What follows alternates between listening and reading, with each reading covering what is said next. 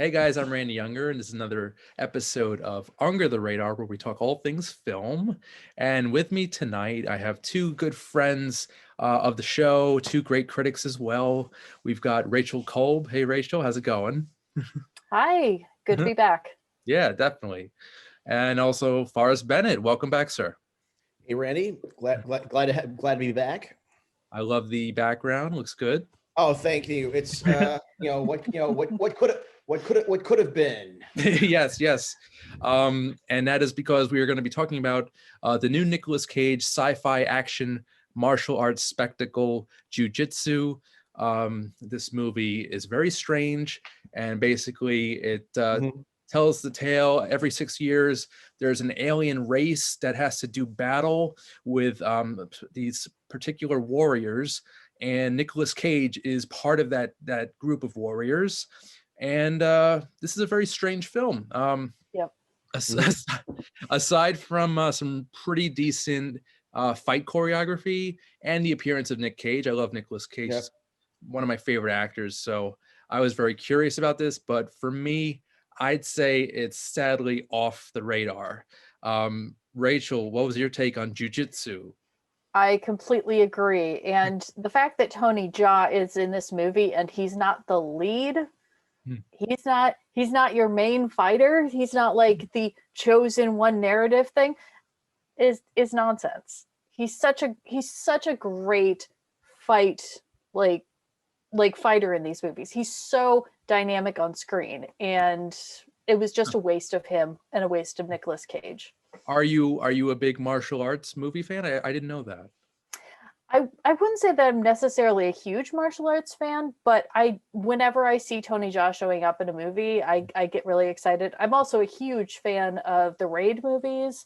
Raid 1 and 2 are especially Raid 2 is one of my all-time favorite movies. But I wouldn't say that I'm necessarily I wouldn't say I'm an expert in this stuff at all. I know what I like. Gotcha. Okay, fair enough. Forrest, what did you think of the film? I'm gonna have to agree. Total waste of Tony Jaa and Nicolas Cage. Like I was actually really hyped. It's like, oh, Nicolas Cage in a silly martial arts flick. But I feel like he was criminally underused. Same with Jaa. Yeah, it was disappointing, but I'm pretty curious about what Cage does, because in the last couple of years he came out with two pretty good movies. Mandy, Yep. then Color Out of Space. Yeah, Color Out of Space earlier last year. So I was maybe hoping he was having a comeback, but with this movie, it just seems a paycheck.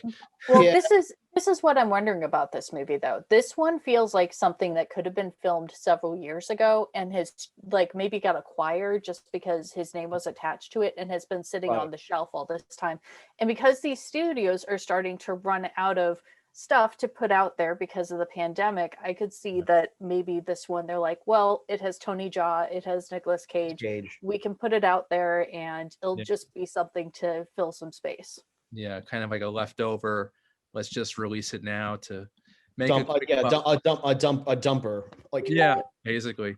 And worth mentioning, actually, I think Bruce Willis was considered for Nicolas Cage's part. Well, I think they dodged a bullet on that. Because I think Nicolas Cage has a little, at least for what little material Nicolas Cage is given, he puts more heart into his performances. He's making paper hats. I mean, he's bringing things that you wouldn't expect in this movie. I think Cage is a little more believable even though I think he's a little more believable as a martial arts master than as a sensei than Willis would be. Yeah, I think it's the long hair that kind of gives him that aura. So, sadly, this film it's lackluster. It's really disappointing. If you're a Nicolas Cage completist like I am, I was just thrilled to see it. But 20 minutes in, even maybe 2 minutes in, I was bored.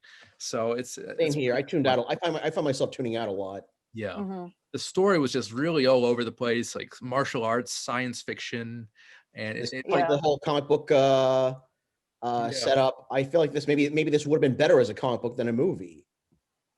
It actually is based on a comic book of the Oh, same oh, it name is. Okay. from 2017. I think the director wrote that, but I'll have to check on that. But I think that, yeah, this might have been better as a comic book. I think that's a good point, Forrest. Yeah, I So, mean, if they were going to adapt it into another medium, probably maybe television would have worked better. yeah, very Yeah, sad. there was just so much story that was crammed in there also. Like I Right. didn't expect it to have that much. And when you're doing a movie like this where all that you're really here is for the action anyways, you don't want to have like an overly convoluted, confusing Right. story with it. All the more reason it should have been a television show. Yeah. I wonder how much Cage got for this, because he's barely in it. It seems like the studio was like, let's this is our main, way of attracting the audience is Nicolas Cage's name is attached. And yeah, it's sad that that's what studios have come to, but Rachel, are you If it's not Marvel, they're afraid. If it's not Marvel, if it's not Marvel or Disney, they're afraid to release it. yeah. And actually with Disney, Nick Cage, he had a stint for a while there in the National Treasure, Season of the Witch. yeah. What else was he doing with them at the time? He did National Treasure 2, Book of Secrets, and Sorcerer's Apprentice. Yeah. Yes. So That movie is a guilty pleasure. It's I wouldn't say it's great, but it's definitely enjoyable and way more enjoyable than Jujitsu. kind of a similar character for Cage in this film from that same Mhm. hairdo anyway. Yeah, Yeah. actually, I would have liked to have seen. You guys saw Grindhouse, right? Yeah. Yeah. That was Nicolas Cage. 2007. Yes, Nicolas Cage's Fu Manchu. I think. I mean, that probably would be considered controversial now, but I'm almost tempted to see how that would have played. How that would have. How a feature length film of that would have played out. Well, yeah, that would have been cool. But with I Cage, feel like Nicolas Cage also like transcends race. He transcends race. He transcends gender. But Nicolas Cage can do whatever he wants. he's a huge Bruce Lee fan, so this movie in particular, he had wanted to do a martial arts movie for some time. I mean, he loves martial arts. He's also known, he's also an avid comic book fan. Mhm. So Yeah, see why he would do this. definitely. Rachel, are you a fan of Nicolas Cage's career? I actually came quite late to Nicolas Cage. I didn't see a lot of his stuff growing up, and I think probably the first movie that I really remember enjoying him in was probably Raising Arizona, and I didn't see that until I think I was in college, until I was in film school. Okay. And I remember very vividly going to see Knowing in theaters. Right. And that was if you've seen Knowing, that is an experience. Yeah. But I've really grown to love and enjoy him as a performer when he gets the right role, especially in movies like Moonstruck. Moonstruck, I think, is just still one of his all-time best performances. I think that was like the first movie. I think he did that the same year as Raising Arizona. So, Yes, he did. 1987. 87, yeah. So that was a big year for his career, like a really like sort of a turning point, because he was in his 20s. He was kind of trying to prove himself, even though he was the nephew of Francis Ford Coppola, who I think put him in Valley Girl, if I'm not mistaken, in 1983. I don't think Coppola did Valley Girl, did he? Or he like recommended him or something. Might have recommended him. I Yeah. think. Wait, wasn't Cage was in the Outsiders, right? That was that was Coppola. I know. I don't Was think he in The Outsiders? No, I don't think so. Maybe not. I don't think But so. although early on in his career, he had a small role in Fast Times at Ridgemont High. Oh, that's right. Oh, yep. Mm-hmm. Early 80s, yeah. And then I think he was one of Spicoli's, if I recall correctly, he was one of Spicoli's friends. yeah, one of them, right? But for me, I've been pretty much following him since maybe high school. A couple of years, I guess, after The Rock. That was actually in 1996. And that's my favorite all-time Nick Cage movie, because he just goes crazy. He's funny, it's action-packed. He's sharing the screen with Sean Connery, and their chemistry is absolutely great.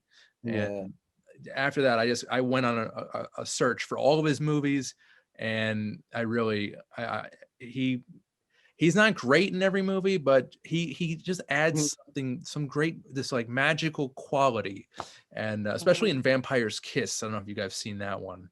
I'll admit, I know the meme, but I've actually never watched the movie itself.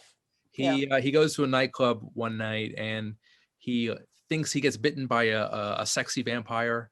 Uh-huh. And over the course of the next couple of days, he thinks he's transforming into one. He takes his sofa, turns it upside down, and sleeps under it like it's a coffin. Mhm. And he buys these cheap plastic or wax fangs, yeah, and pretends to be a vampire, thinking he is a vampire. It's off the wall. It's a crazy movie. Another one that not a lot of people know about, but it's one of my childhood favorites. It's one of the first films I think I've seen him in is Trapped in Paradise. I don't know if you guys have seen that one. No. So I'll admit, basically, I'll admit I haven't followed Cage that closely. okay. Well, I recommend it. It's a Christmas comedy. Nick Cage, Dana Carvey, and John Lovitz. They play. Already I'm sold on the cast. Yeah, they play three brothers, two of which just got out of prison, and they're like not pickpockets, but they shoplift, they steal random things. Nicolas Cage is trying to reform himself and be like a straight and narrow guy, and they go to this small town. I think it's somewhere in New England, and they basically plot to rob a bank there. So it's just another crazy Cage performance. Really funny movie. Trapped in Paradise. I highly recommend it. Yeah. And if I might mention real quick, I am planning to write the Face Off musical. So that has a special place in my heart. I love Face Off. That movie. Oh, same here. I would say that for me that is my favorite. Definitely one of my favorite Cage movies. Yeah. As well as my favorite of all of John Woo's career in Hollywood. That is my favorite, by far, hands down, his best movie as far as his American movies. I'll tell you, as far as a quick side note to John Woo, Broken Arrow, one of my favorite action movies of all time. Oh yes, agreed. But Rachel, if you need an actor to be Nick Cage in that, just let me know, okay? Yeah, I've got some dream casting lined up for it. Awesome. From some of my favorite Broadway actors, but Nice. I certainly keep you in consideration. Thank you. And you could totally do that virtually. I don't know if that's what your plan is. Yeah, that would actually be amazing. Do like what they did with Ratatouille the musical. I didn't but see it's that. Face Off. Oh, that's cool. Oh, Is it yeah, awesome? yeah. It sounds awesome already. Yeah. Cool. All right. And before we move on, Forrest, your background, maybe give audiences a little explanation there. Yeah. So this was actually, I believe this is from a costume test back in the late '90s. Cage was slated to play Superman in Superman Lives. It was supposed to be, it was Warner Brothers' attempt to revive the Superman franchise, which had been dormant for about a decade. With Cage in the title role, Kevin Smith writing the script, which I've read some of, and Tim Burton directing. Wow. But it was slated to come out summer 1998. I remember reading about that in Cinescape back then. That was kind of my introduction to Cage, was that he was supposed to be the Man of Steel. Yeah. But then plans fell through. It was a combination of studio politics, disagreements between Kevin Smith and Tim Burton and the producers. There was actually a whole documentary about it. It was the death of Superman Lives. Right. Also back. Great documentary. Yes, it is. Also another factor that contributed to its not getting greenlit was Batman, because Batman and Robin had come out. Batman and Robin's dismal since Batman and Robin didn't do too well at the box office. That left Warner. Actually, it was both Batman and Robin and Steel. Since both those movies flopped, Warner Brothers got cold feet about greenlighting another superhero movie. That makes sense then, yeah, because Steel is considered one of the worst movies ever made. Yeah, definitely one of the worst superhero movies. Yeah, now that I think, I always think about like how 1997, you had Batman, Robin, Steel, and Spawn. It was like that is probably the overall worst summer for superhero movies. You didn't like Spawn? I liked it when I was 10 years old, but the more I read the comics, the more I'm like this. The more I would go back and the more I read the comics and watched the HBO cartoon, I would go back and watch the movie. It just didn't quite hold up. I'll tell you, no, when I was 12, I really enjoyed Spawn. I think it had good pacing, pretty good acting. You had John Leguizamo's clown. I mean, John Leguizamo and Michael Jai White were great, but compared to the source material, it was so watered down. No, didn't they kind of redeem themselves with the animated series? I mean, the animated series came out at the same time. Was out at the same time. I never saw it, but I heard it might be better than the live I have all 3 seasons of it on DVD.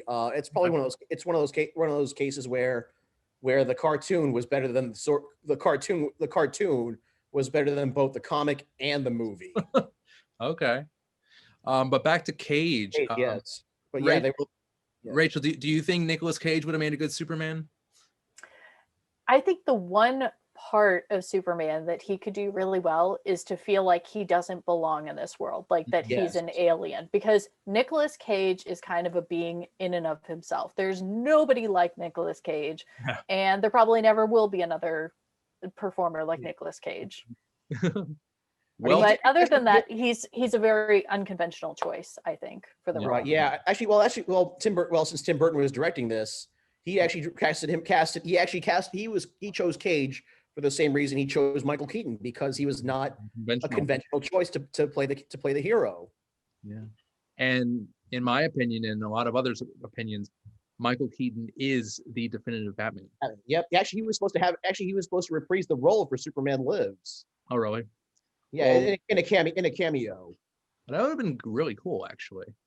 But we'll just have to wait another few years until the DCEU multiverse or whatever. Feet back together. But although actually Cage himself eventually did finally play Superman. He voiced the character in Teen Titans Go to the Movies. Yes, he did. Yep, and he also voiced Spider Noir in Spider-Man into the Spider-Verse. So he holds the distinction of being one of the few actors to play both Superman and Spider-Man. And he was also Ghost Rider.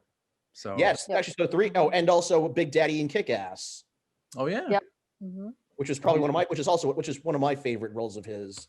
Yeah, I mean, I do like some of his action movies like Con Air, The Rock, Face Off. But in general, I'm like when it comes to Nicolas Cage in action movies, I'm usually like very up in the air about it. He's very I find him very hit or miss in my action roles, but comedic roles, I think he's great in comedic roles though. I think his last decent action film might have been National Treasure in 2004. But because I liked it because it was kid friendly, it's like something the whole family can enjoy. Very Indiana Jones-esque. Yeah, exactly. So that's fun. But I heard like between like 2 years into the span of 2 years, he did like 10 or 15 movies, or like he's always working. Apparently he does it to pay, because he got in trouble with the IRS. Yeah. Yep. So he's just doing whatever role he can to pay off his debts.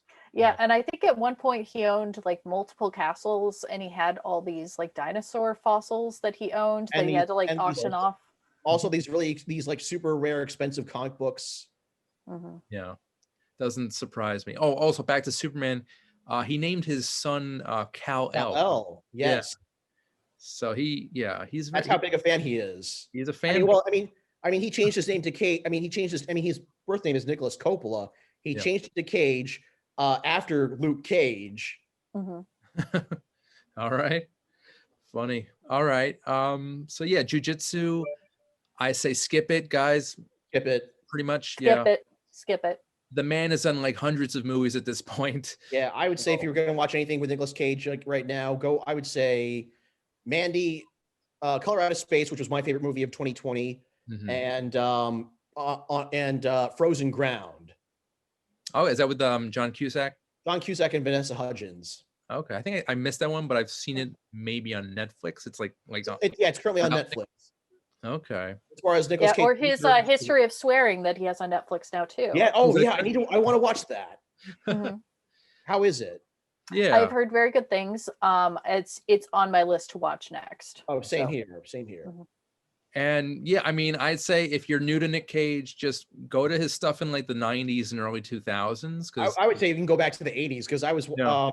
Valley Girl. That I just saw Valley Girl for the first time last year, and really enjoyed that one. Also, Peggy. Also, I just recently saw. It was his birthday last week, so I went and watched a bunch of his movies, including I saw Con Air and Face Off, which I've seen many times, but then I went and watched Peggy Sue Got Married, which I had never seen. Yeah. He has like he puts on like a very goofy voice in that, right? Yes, he does. Funny enough, he was supposed to be playing Kathleen Turner's husband and Helen Hunt's father, even though Hunt is a year older than him. Huh. All right. It's Also- kind of an Angela Lansbury situation. Yeah. Another one. Or Golden Girls. Another Yeah. fun one is The Family Man. I remember seeing commercials for it when it came out, but I never saw It's it. sort of like It's a Wonderful Life. Yeah, he finds out what life would have been like if he hadn't stood up his fiance. Yeah. Something. Yeah. Yeah. He had I thought that was fun, and Téa Leoni actually was really good in it too, as his wife. So also another good one, Lord of War, where he plays like an arms dealer. That was pretty good. So many to choose from, but the highlights they're there. Just gotta I would say though, Raising Arizona was the first movie I watched. I think that might have been the first movie with him that I watched in its entirety. Although I was a little younger than you, Rachel, I was about maybe 12 or 13 the first time I saw it. Okay. Yeah, it seems like that's both of your like introduction to Cage, Raising Arizona. He hasn't reunited with the Coen brothers since then, has he? No, he should. No, I think he's overdue for another Coen brothers collaboration. I mean, how many times can they work with George Clooney or Josh Brolin? Or how did they not work him into Buster Scruggs somewhere? Like he could have played like some character in that. That's a movie that's like a cast of 1,000 characters. Yeah, they need to make a movie with him in the title, in like the main role as like a cowboy, right? Like hardened, his wife left him, his child hates him, so he just goes. Or he could play the world's worst sheriff. Yeah. That could also be fun. That's actually a good title. That would be a very Coen brothers-esque role for him. I like it. I hope to see that soon. So I think we're going to take a quick commercial break. So we'll be back with more Under the Radar right after this. Under the Radar is brought to you by Magnitude Jewelry. Add a 2 to match your attitude. Patent pending interchange genuine gemstone and crystal EMF protection jewelry. For more information, please visit magnitudejewelry.com/gemgirl or call 718-268-6634.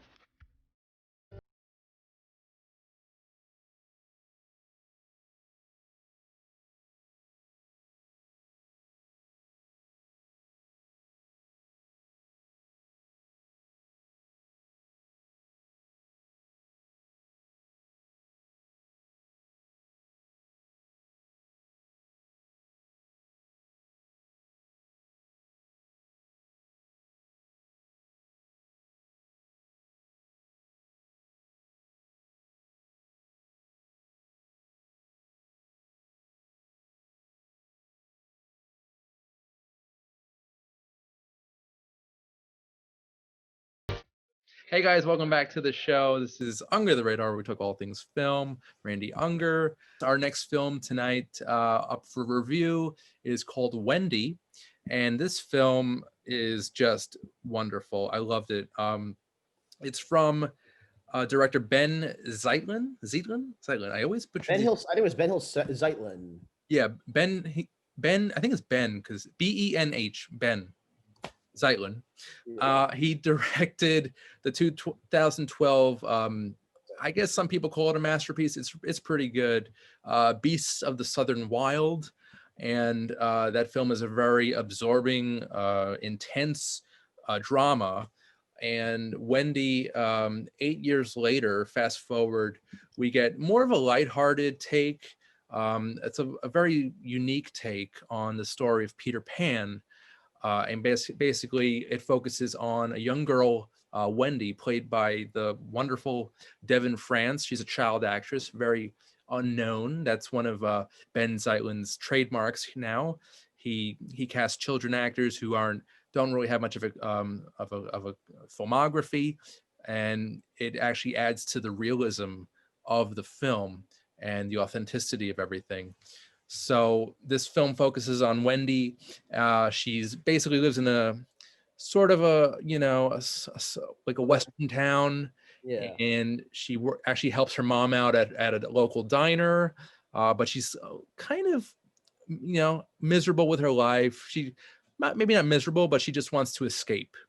And she does so in getting lost in this mysterious island, which basically contains the Lost Boys and Peter Pan, played by Joshua Mack, also a wonderful child actor. And this movie is just very gritty.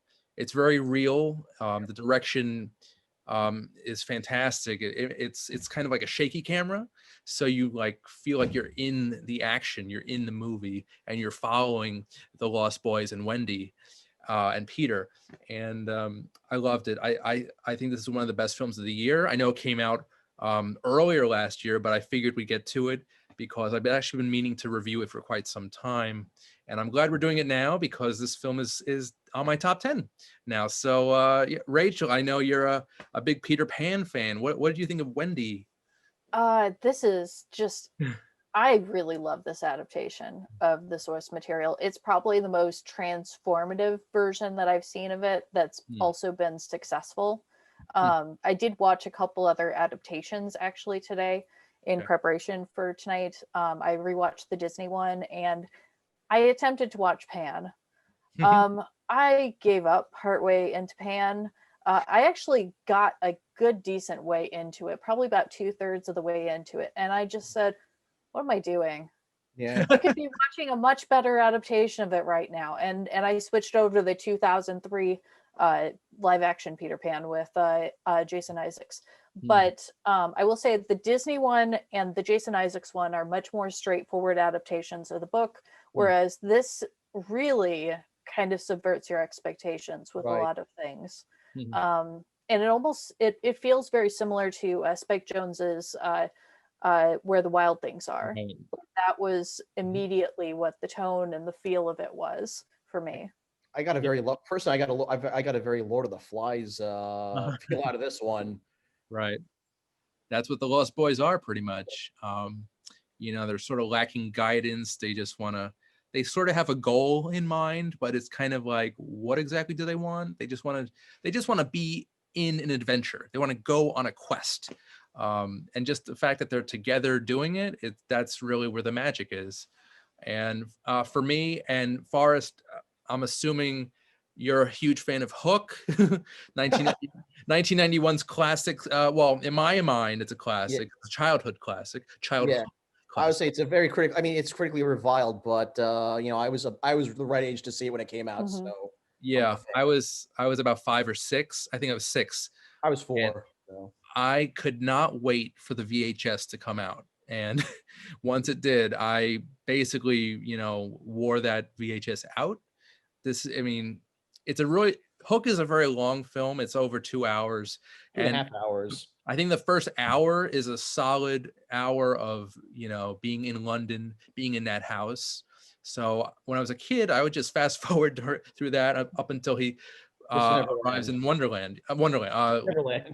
Thank you.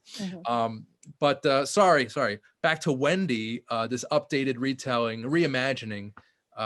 Forrest, what were your thoughts on the film? Well, okay. I actually found out about this movie from an older cousin of mine who she was excited about it because I guess she's never been a huge Peter Pan fan growing up, and she kind of she was talking about how it hadn't come out yet, but she had got wind of it and said that she's looking forward to this alternate take or like how it's subverting or flipping the narrative, right, of Wendy and Peter's relationship. And how Peter maybe there's a more sinister under Peter there's a more sinister I don't know if you want to say motive or just a more sinister side to the character, Okay. Yeah. Yeah. It's a dark take, but Yes. it works, you know. And you know, I would even recommend this to watch with your kids. I mean, Although I don't know, it's a pretty intense. I mean, there is a very intense. To me, it seems a little intense because you were calling this lighthearted. I'm like, this is not lighthearted. I mean, if you Yeah, want I feel like at the youngest, I would maybe watch this with like if your kids are like teenagers Yeah, or like teens. especially mature 12-year-olds. I feel like middle schoolers. This is like middle school and up. Yeah. Yep. All right. Especially when it's with its introduction to Captain Hook. I know. I think that was the most creative way of introducing the character. No spoilers, but the way that they handled that, brilliant. I think Ben Zeitlin, you know, he's a fantastic director. It's a shame because this is his first film in 8 years. He should be doing more. He should be working a lot more because he's got a very good eye. He's definitely got a Spike Jonze, Charlie Kaufman type style, which really works for, or even Michel Gondry. They all have like this kind of like, I don't know, kind of like they build the sets themselves. They don't rely on any CGI. It's all like handmade sets and props. Very good camera work and editing. Yeah, and the score is always like you could tell that this was made by the same person who did Beasts of the Southern Wild just listening to the soundtrack. Yeah, he actually wrote the score along with Dan Romer, and he also did the score for the Beasts of the Southern Wild. And yeah, when you see Wendy come on the screen, you hear that really heroic theme, which is like, I think it was also synced up to the sound of the train chugging along. That was, I love scores, and we're gonna get into that more in a minute. But yeah, for me, I mean, yeah, Hook is like, it's in my DNA. Favorite Peter Pan movie. It's more of a sequel, if anything. Yeah. I actually rewatched the 1953 Disney film, the animated Peter Pan, last night, and that film holds up. It's really fun. It's really I think for that one, the animation holds up very well. So does the animation holds up very well, but oh man, it is so racist. Yeah, that's true. And the thing is that unlike some other Disney movies, it's impossible to to take that part out of it, because it's like if you take out that whole section of the movie, then you miss out on the rescue of Tiger Lily. There's all sorts of stuff that you don't get. And also, I brought rewatch because early last year I went and marathoned a bunch of Peter Pan movies, including the Disney movie. It's like, to me, and Peter to me is he's such a jerk in that movie. Such a jerk to Wendy. Yeah. And that comes straight from the source material too. Yeah. Like most people that I know that say, well, I don't get Peter Pan as a character, or I just don't like the character of Peter Pan. Why do people enjoy him? I usually point them back to the book. And I say, look at what the book is, and like kind of rethink, because I think a lot of people watch the Disney one and they immediately take that at face value as to who that character is and who they think that character is. I did in this marathon, I did watch the 2003 movie with Jason Isaacs. It was my first time watching it, and I would probably say that it is objectively the best cinematic adaptation of the character. Yes. I'll give you Jason Isaacs being a great Captain Hook, and that must be like an actor's delight to play that role, because it seems so much fun. Now Hugh Jackman was Blackbeard, right? He wasn't Blackbeard. Yeah. He was Blackbeard and Pan. Yeah. I think that was probably the only good part of that whole movie. I don't know what the hell they were thinking casting Rooney Mara as Tiger Lily. Yeah, it's like especially in 2015, especially in the 21st century. Very tone deaf casting. It looks, I like the idea. It's a prequel, so that's good. And also, again, with the scores, I wanted to talk about the scores for Peter Pan films. So in Pan, which was basically panned by critics, That was done by John Powell, who he's done a ton of animated films, Ants, Chicken Run, Shrek. He's done the Kung Fu Panda films with Hans Zimmer, and his credits go on. But his score for Pan is really, really solid, and I recommend that if you guys ever have the time, check it out. Also, obviously, John Williams, we all love him. He did a great swashbuckling score for Hook, Yep. one of his most heroic themes, and that was during a great time because he did 2 years prior. He did Indiana Jones and the Last Crusade, and then 2 years after Hook, he did Jurassic Park. All have great heroic themes. So yeah, I know Williams is, everybody loves him. He's great. And yeah, his themes were just, especially in the 80s and 90s and the 70s, some of the best there are. So also I want to mention, you big fans of the 2003 version, apparently. Yes. That was scored by James Newton Howard, who he sort of kind of similar to John Williams. He's also done a lot of animated films as well. He's done pretty much all of M. Night Shyamalan's films. And yeah, he's done just a lot of dramas, comedies, you name it. So there's that actually, the soundtrack for the 2003 Peter Pan was my writing music for quite a while. Like I would sit down to write, and I would just put in my headphones and listen to the soundtrack for that. That's awesome. That's very good to know. Yeah, the track "Flying" is really, I think that introduces the flying theme. There's also, I think, a track called "Fairy Dance," which is very twinkly, which kind of reminds me of Danny Elfman's Edward Scissorhands. It's very similar, yeah. And the way that scene actually plays out is very similar to the scene in Edward Scissorhands when he's doing the ice carving. Oh, wow. Okay. Yeah. I was actually, because I was just rewatching it today, I remembered this, but it's a sequence where Peter and Wendy go out in the woods, and there's all these like fairies dancing, and so they dance together, and he basically flies them up, and they're like flying up and spinning around. So, and it kind of falls thematically also in a similar place in the story, that it's right before like kind of shit hits the fan. Okay. So. I'm going to have to revisit that because I just love that score so much. I don't remember loving the movie that much, but the score really stuck with me. Do you guys also, the 1953 film has a pretty good score too. Oh, absolutely. Well as some really fun songs, including the alligator. The crocodile. Crocodile. I don't know. Something about that theme was just so simple, so effective. But yeah. Rachel, do you have a favorite Peter Pan score?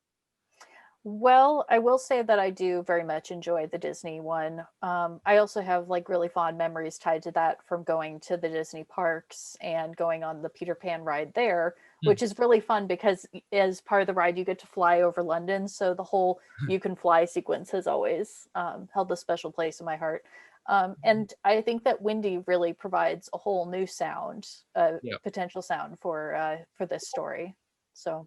It's like a reboot, like what Batman Begins did for. It seems like, I mean, it seems like every classic character is due for a dark, gritty reboot at some point in the 21st century. Peter Pan, James Bond, Batman, Santa Claus, Man of Steel, yes, man, yep. That's the direction we've been in for the past like 10 years, it seems. So. I mean, I'm not knocking it, but sometimes it works better than others. Yeah. I will say that while there are elements of this movie that are certainly very dark, I mean, the moment when they're like, "That's a sword, don't mess around with that." And and just these moments of them genuinely being in danger are certainly dark. But I would say there's such a melancholy to the movie. Yeah. Like there's such a sort of like childhood sadness to it. Yeah. And that transferred over, that probably transferred over from Ben Zeitlin's previous film, Beasts of the Southern Wild, which is just a very bleak look, but it's sort of told from a child's perspective and how children are so optimistic and hopeful. So it's nice to see that in Wendy, that they're continuing that style, that choice. So Forrest, have you seen Beasts of the Southern Wild? I have not.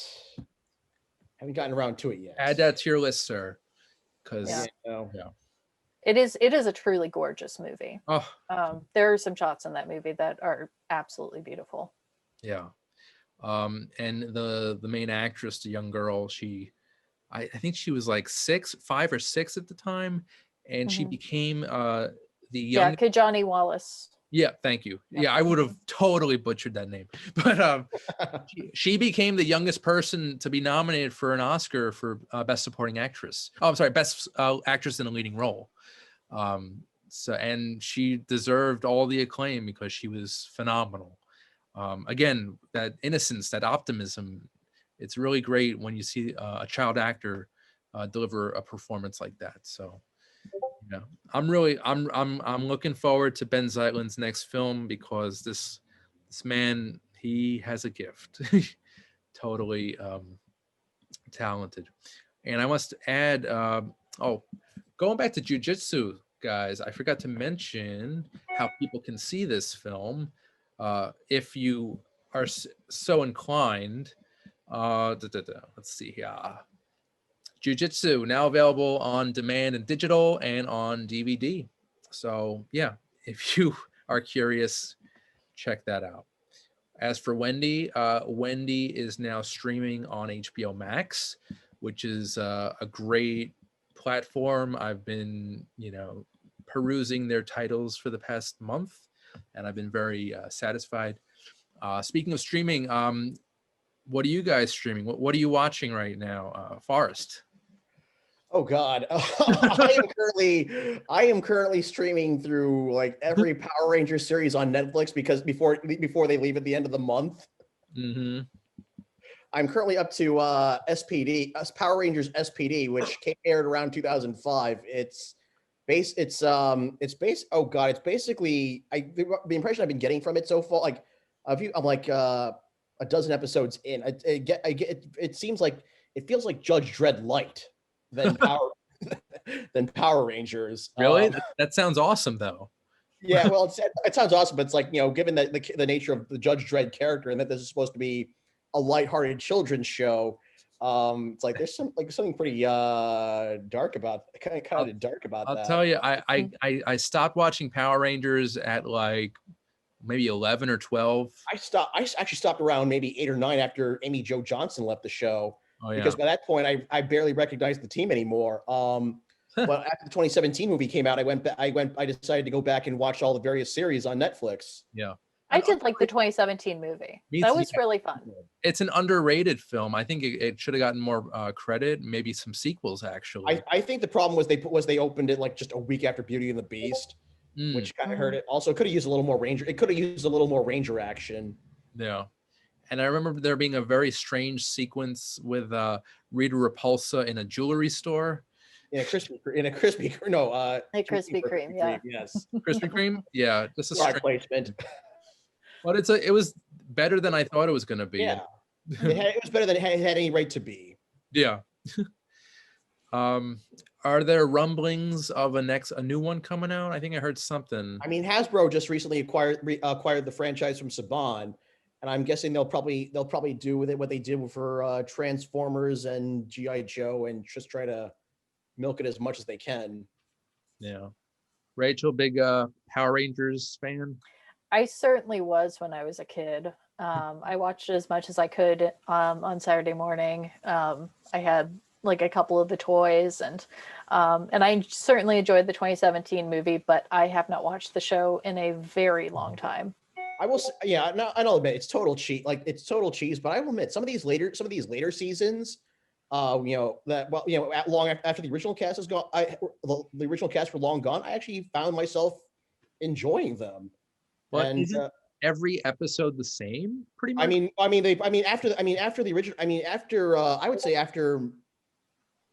say they kind of retired the whole teenagers with attitude thing about five or six seasons in. Mm-hmm. And started doing stuff like having characters getting killed and Like it was a lot. It was a lot. It became a lot less. I mean, even though there's still that inherent campiness to it. Right. They kind of gets darker. It kind of gets a little darker and more serious in later seasons. Not quite Dark Knight serious, but as they push the envelope as much as you can for a live action children's show. Did they keep those two bullies, the bumbling bullies? Vulcan Skull, they kind of just pop. I mean, they kind of I mean, they were from what I saw, they the final season they used them and was Power Rangers Lost Galaxy, which was actually the you're familiar with Serena Vincent, right? No, no. She played Sexy Foreign Exchange Student in Not Another Teen Movie. Okay. That was kind of her first role. That was Power Rangers Lost Galaxy was her first role. She was the Yellow Ranger in that. But oh wow, okay. But yeah, Vulcan Skull, they were there. They were kind of there. They were still there after the original team left, but after eventually they kind of just fade out of this. They just fade out of the series. Okay. Same with Ernie the Juice Bar guy and Zordon. Yeah. All right. Yeah, I just got bored with it after a few years. It didn't really offer much, anything. There's a lot more serialized. Yeah, a lot of the later seasons also rely more on serialized storytelling. Okay. So Rachel, what are you binging? Anything or? So since I got HBO Max, I've been catching up on a lot of what I would kind of like, to steal a term from We Hate Movies, I would term them as hangover movies. Just movies that came out in theaters that I never got around to watching and that I wouldn't necessarily pay to go see, but are ones that are certainly fun to watch on like a Saturday when you don't have anything going on. Right. And I watched Jack the Giant Slayer, which is shockingly good, shockingly really enjoyable, and kind of a precursor for the whole Attack on Titan thing. Because despite the fact that it's a PG-13 movie, people are getting picked up by giants and having their heads just chomped right off. It's very violent. I thought it was that sounds rather rated R. Yeah, you would think so, but they managed to like do some selective editing with it. But the cast is just incredible. You've got Ian McShane playing the king. You have Ewan McGregor and Eddie Marsden as like two of the King's Guard. You have Stanley Tucci as the horrible fiance to the princess. You have Nicholas Hoult from Warm Bodies and from The Great, who is playing Jack. I mean, and even Bill Nye is doing the voice of like the head of the Giants. Really? It's a stacked cast. The only thing really against it is that it's directed by Bryan Singer, but honestly, I didn't even know it until the credits started rolling at the end. So, definitely one. In that case, it's definitely one to catch on streaming as opposed to paying for the ticket. Yeah, but definitely, if you're looking for just like a fun adventure movie, it definitely fits the bill. And one other that I'll shout out real quick, I watched Josie and the Pussycats, which I had never seen, and enjoyed that one way more than I expected to. Was that just who was in that? Who was Rachel Lee Cook? Yeah, and Tara Reid, Rosario Dawson. Yep. And then it's got Alan Cumming and Parker Posey and Seth Green. Yep, Seth Green. Donald Faison's in it. Oh my gosh, what is his name? Oh, I'm like seeing his face and I can't think of it. But it's like a really fun setup of the like 2000s pop, like in the boy band like craze. Nice. Yeah, I remember hearing about that. That was a couple of years after Spice World, I think. It was sort of like that it followed that train. Which it is much better than Spice World. Okay. It is much better than Spice World. Yeah, I remember getting maligned when it came out. Well, with Spice, I like Spice World. I think it was that's a true guilty pleasure. It's fun, and plus I'm biased because I did have the cassette tape when I was a kid back in '98. I wasn't a huge. My sister was a huge Spice Girls fan. I was not. I mean, back then I was. This is something I kind of cringe at now. Back then I was listening to Limp Bizkit and Kid Rock, which I now cringe at. I was more into like new metal. I was basically into new metal at the time. Yeah. So I never got into it. Gotcha. Yeah. And I will say there's one very good song, at least to seek out, from the Josie and the Pussycats movie. Even if you don't feel like watching the movie, look up the song Backdoor Lover, which is sung by the boy band unironically in one of the first scenes of the movie. It's very funny. All right. That's on HBO Max as well? That is, yes. Okay. Good to know. Good to know. So we have a few minutes left, but Forrest, I know you saw Promising Young Woman. Yes, I did. Rachel, I know you didn't get a chance, but when you do get a chance, please see this film. It has been one of my most anticipated movies of last year. It is supposed to come out on VOD this week. Oh, really? Yes. Okay. Well, want to do just a spoiler-free mini review, Forrest? I kind of feel like this is something we really need to like do want to come get together and talk out on a future. Maybe you're right. Maybe you're right. It was just an idea. Well, I love Carey Mulligan. I love Bo Burnham. Like the cast. The cast for this movie was surprisingly McLovin too. Christopher Mintz-Plasse. Molly Shannon, Allison Brie, Clancy Brown, Jennifer Coolidge. Yeah, it's an all-star cast. But it really focuses on Carey Mulligan's character. Yes. But we can talk about that on a different show, different episode. But yeah, Rachel, definitely see it when you can. Well, yeah, speaking of Carey Mulligan, did you guys see Wildlife? Came out about 2 years ago. No, and to be honest, I have not seen Carey Mulligan. I don't think I've seen Carey Mulligan in anything since The Great Gatsby, and that was 7 years ago. That was 2012 or 13. 2013. Before Wildlife, I did not really notice her in anything except for Drive, which is one of my Drive is great. Yeah, that's a great film. I remember seeing Shame in theaters when it came out. Did either of you see An Education? No. Oh, that movie is so good. See it. I think it's on Netflix. I'm pretty sure Netflix streaming still has it. One of the streaming services has it, at least. But it is great. I think you might have mentioned that before, Rachel. Yeah, that was one of the first movies I remember seeing her leading in, and she's just phenomenal. And I also did rewatch the 2005 Pride and Prejudice, where she plays one of the sisters. She plays Kitty Bennett. And it's a small role in it, but she still makes the best of what she has with it. So is that the Keira Knightley one? Yes, it is. Cool. Are you guys looking forward to anything coming up, Rachel? Any films? I mean, I like Promising Young Woman is probably the movie I'm looking forward to the most because it was supposed to come out last year. I've been seeing ads for it and looking forward to it since, early 2020. So. Okay. Well, we'll probably do a review together, the three of us. Yes. In the future. Forrest, what's on the top of your list? As far as movies to see? Yeah. Okay. I'm looking forward to seeing. I've already watched it twice. And I did have some involvement with it. Is Troma's Shakespeare Shitstorm. It's from the makers of The Toxic Avenger and The Class of Nukem High. It is a scatological take on Shakespeare's The Tempest. And it'll be screening as part at the it'll be screening at the virtually screening at the Boston Sci-Fi Film Festival next month. I did have some involvement because what they did was they filmed a music video for the theme song of the movie, which I did appear in.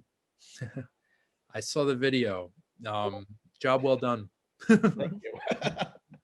What was that? Coney Island? That was filmed at Coney Island. Socially distanced, everyone wearing masks. Of course. Yeah, Lloyd Kaufman.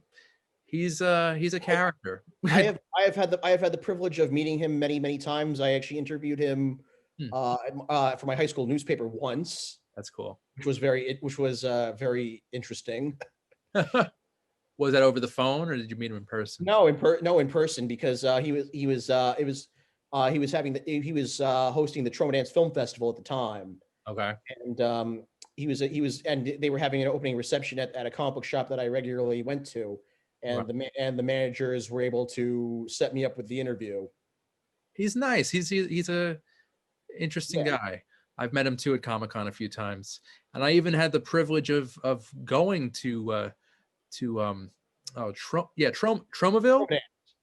Or Tromaville in Queens, right? Yeah, in Astoria.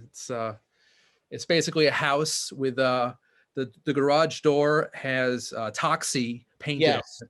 So it's really silly. I haven't been down that way. I haven't been by there yet. It's cool. Oh, you know, maybe Oh. you'll go. Yeah. There is one other movie that I do want to give a quick shout out to that is coming out early this year. Okay. Riot and the Last Dragon, which is coming out from Disney. It is their Kelly Marie Tran, right? What's that? With Kelly Marie Tran, right?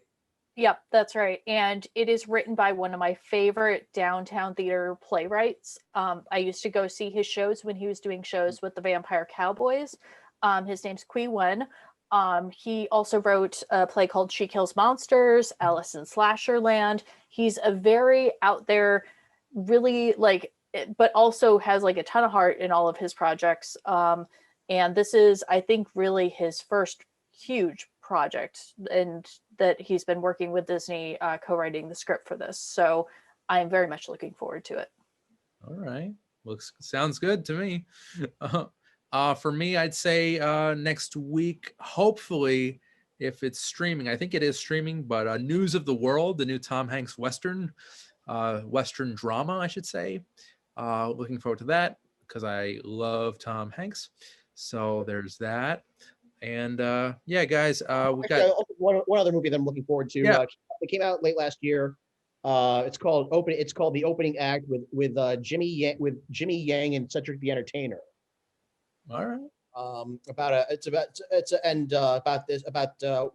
Jimmy Yang is playing he's playing a comic who's a guy who's stuck in his in a day job he hates and is trying to make it as a comic. All right.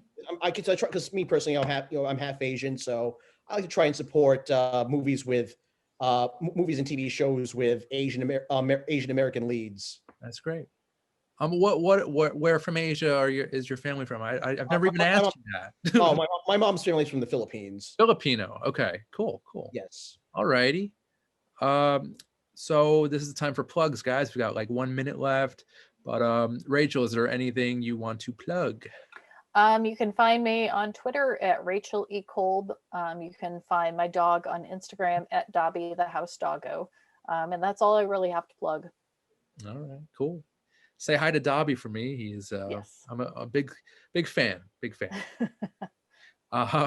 Forrest, what's cooking for you? All right. So this weekend, this Saturday, I will be performing in a live table read of Super Mario Brothers the movie on Facebook wow. Live. I will be playing Luigi. Wow. I am speechless. We're gonna definitely talk about this because Yes. I am intrigued, sir. I will definitely let you know when we're going live. Sounds good. Well, guys, Rachel, Forrest, thank you so much for being here tonight. This was awesome as always. You guys are always welcome, and thank you for being here. Thank you. Thank you. So, guys, I'm Randy Younger. This has been another episode of Under the Radar. We'll see you next week. Take care.